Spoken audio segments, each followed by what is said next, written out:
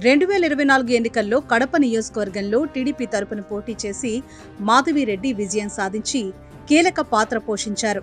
ప్రస్తుతం ఆమె రాజకీయ పరిస్థితి వివాదాలతో కూడుకోవడమే కాకుండా ఆమె వ్యక్తిగత ప్రతిష్టపై ప్రభావితం చేయడమే కాకుండా భవిష్యత్తులో ఆమె చేసే పనులు పార్టీ భవిష్యత్తును కూడా ప్రభావితం చేస్తాయని రాజకీయ విశ్లేషకులు అభిప్రాయపడుతున్నారు.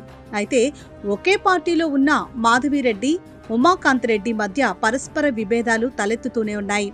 దీనితో వీరిద్దరూ ఒకే పార్టీలో ఉన్నప్పటికీ ప్రత్యర్థుల్లా పోట్లాడుకుంటున్నారంటూ విమర్శలు వస్తున్నాయి.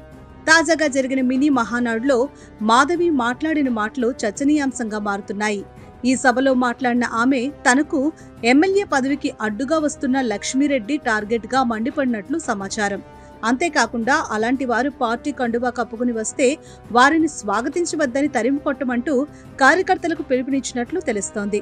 గతంలో వైసీపీ పార్టీకి ఓటు వేయాలంటూ లక్ష్మీరెడ్డి మాట్లాడిన ఆడియోను లీక్ చేసి ప్రజలకు వినిపించారు. ఇదంతా తనను ఓడించేందుకే లక్ష్మీరెడ్డి, ఆమె కోడలు ఉమాకాంతరెడ్డి పన్నాగాలు చేశారంటూ అభిప్రాయపడ్డారు. ఈ వ్యాఖ్యలు ప్రస్తుతం టీడీపీలో దుమారం రేపుతున్నాయి.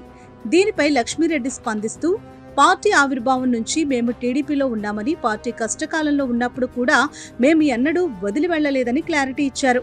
టీడీపీలో ఉన్న నాయకులకు కాకుండా వైసీపీలో ఉన్న నాయకులకు పార్టీ కండువాలు కప్పుతున్నారంటూ మాధవి మీద ఆరోపించారు.